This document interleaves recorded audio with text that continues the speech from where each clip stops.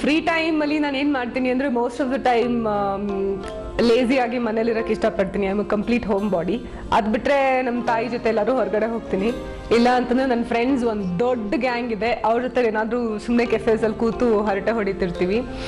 ಅದು ಬಿಟ್ಟರೆ ಟ್ರಾವೆಲ್ ಮಾಡ್ತೀನಿ, ವರ್ಲ್ಡ್ ಸಿನಿಮಾಸ್ ನೋಡ್ತೀನಿ, ಒಂದೊಂದ್ಸಲ ಒಳ್ಳೊಳ್ಳೆ ಪುಸ್ತಕನೂ ಓದ್ತೀನಿ.